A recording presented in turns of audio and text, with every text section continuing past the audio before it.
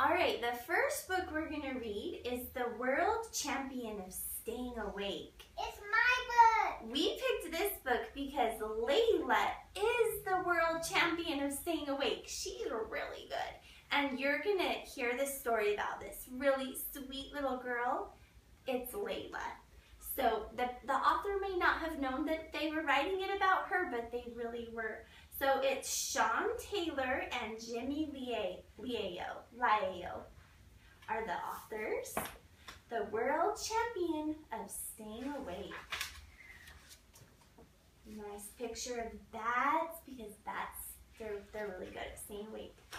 They're awake all night long. All right. Good night, Stella, says Dad. Time to go to bed. But how can Stella go to bed?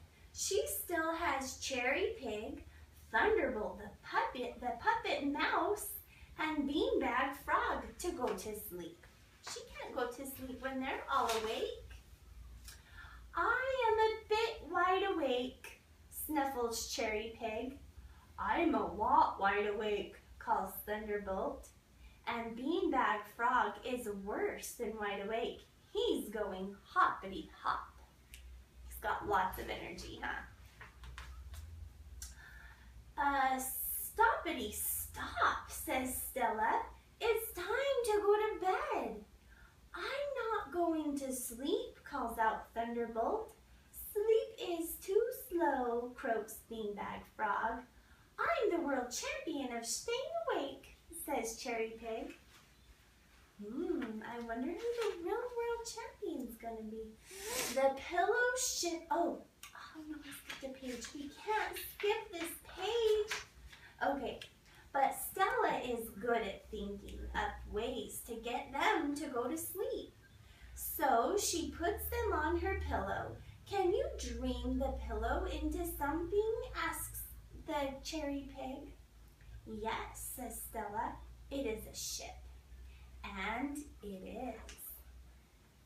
The pillow ship rocks, the pillow ship sways, the pillow ship sails across the waves. In the deep water under the boat, jellyfish, sharks, and seahorses float. Do you hear a rhyme in this story? Listen for those rhyming words. Boat, float, rhyming words. But down in the cabin you'll come to no harm. You'll be warm as a cat sleeping inside a barn. So snuggle your feet, snuggle your knees, and let yourself sway over the seas. Knees, seas. Huh. And harm, barn. They kind of rhyme if you say it right. Quietly, Stella checks Cherry Pig is asleep. But Beanbag Frog asks, is jelly made from jellyfish? And Thunderbolt is calling out, the world champion of staying awake is actually me. Oh my goodness, they're not asleep at all. How can I ever go to sleep? Oh, whoops. How can I ever going to sleep get you two to sleep? Stella says with a sigh. With presents, toys, fireworks, and spicy sausage pizza? Suggests Thunderbolt. It's not time for anything like that, Stella tells them. It's time to shut your eyes. I've shut my eyes, but my feet are completely awake, says Beanbag Frog in a very bouncy voice.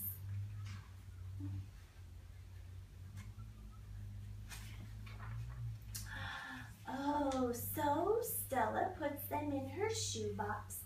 Can you dream this box into something? Asks Thunderbolt. Yes, says Stella. It's a train. And it is. Here comes the magical poem rhyming again. Excuse me. Outside the air is cold with rain, but it's warm and dry on the midnight train. The silver wheels spin around on the track, over their way, over the mountains and back. And as it chugs and chatters and steams, the train will carry you into your dreams. Chugga, chugga, chugga, chugga, chugga. Off to dreamland we go. Dreams of long journeys and dinosaur eggs. Dreams of white horses with galloping legs. Ooh. Who's the world champion of staying awake now? Whispers Stella. Thunderbolt lifts his head and says, I'm the world champion of going to sleep. Oh, then he closes his eyes. So that leaves Beanbag Frog. Is he asleep? Where is he? Is he hiding behind the bed? Yeah. With his eyes wide awake? Yeah. No, he is not. He is going hoppity hop again. How many years is it to my birthday? He asks Stella. I can't believe you're still awake, she whispers. 6 months until my birthday. It is. I can, says his croaky voice. The world champion of staying awake must actually be me, he says. Very proudly, huh?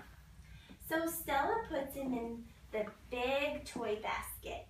Can you dream our basket into something? Asks Beanbag Frog. Yes, says Stella. It's a balloon. And it is, as it floats away. The starship balloon flies off and away, leaving behind the last of today. Through air as quiet as fallen snow, up and up and up you go. Snow and go. You got it. Snow go away today. Up so high that it's best to stop if you feel like going hoppity hop. And what's around you as you rise? Stop hop. The sparkling necklaces of the skies. Stop hop. Stop hopping. You got it. Oh, I almost missed a page. We don't want to miss a page. Don't want to miss out on anything, huh?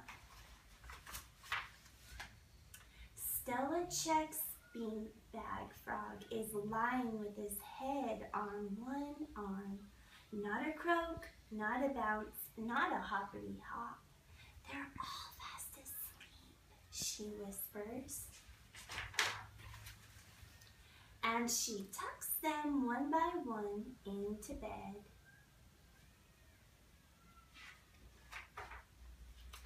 So the world champion of staying awake must actually be Stella. Or maybe not. The world champion of staying awake is those owls. Yeah. The end. All right, our next bedtime story we're going to read is called I Love You, Little One. And it's a very sweet story. Deep in the woods by the... Oh, and I should say it's by Nancy Tifori. All right. Deep in the woods by the sandy riverbank, a little one asks, do you love me, Mama? I love the pictures in this book. They're so beautiful. And Mama dear says, yes, little one, I love you as the river loves you, full and singing before you, giving you cool water to drink. I love you as the river loves you forever and ever and always. Deep in the woods by the mossy pond edge, a little duck asks, do you love me, Mama? And Mama Duck says, yes, little one, I love you as the pond loves you, wide and calm beneath you, giving you food and place to swim. I love you as the pond loves you forever and ever and always. Deep in the woods, in a dirt dug burrow, A little rabbit asks, "Do you love me, Mama?" And Mama Rabbit says, "Yes, little one, I love you as the earth loves you, cozy and snug around you, giving you a warm place to sleep. I love you as the earth loves you forever and ever and always." Deep in the woods in a grassy meadow, a little mouse asks, "Do you love me, Mama?" And Mama Mouse says, "Yes, little one, I love you as the wild rye loves you, gently swaying above you, giving you food and cover from harm. I love you as the wild rye loves you forever and ever and always." Deep in the woods, in a dark mountain cave, a little bear asks, "Do you love me, Mama?" And Mama Bear says, "Yes, little one, I love you as the mountain loves you, sturdy and safe around you, giving you shelter from the snow and rain. I love you as the mountain loves you forever and ever and always." Deep in the woods, in an oak tree hollow, a little owl asks, "Do you love me, Mama?" Okay, sit down, you can listen. And Mama Owl says, "Yes, little one, I love you as the oak tree loves you, tall and strong beside you, giving you the world to see all around you. I love you as the oak tree loves you forever and ever and always." Deep in the woods, in a log-built house, the little child asks, "Do you love me, Mama?" And Mama says, "Yes, little one, I love you as the stars love you, constant and bright above you, giving you joy and peace and wonder. I love you as the stars love you forever and ever and always." The end. So this was also a poem, but it didn't rhyme. So there's different kinds of poetry. And I love that one. Our last story that we're going to read is from the Good Night book, compiled by Jenna Mitchell. This is a really fun book. It has poems and activities and snacks in it. So we're going to read Nightfall, written by Jenna Mitchell, the same one that compiled the book. Okay, listen if you can hear the words that rhyme in this story. Okay? Evening passes like a bird unto flight, touching over the clouds, gliding into the night, painting the horizon with a color palette so rare, all eyes turn westward to marvel and stare.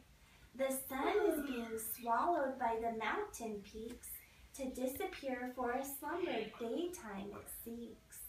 All eyes now close, but those who remain awake will wait many hours before seeing daybreak. Somewhere far away the sunlight shines bright, for they are the lucky ones, for here it is night. The end. And this book has a really fun recipe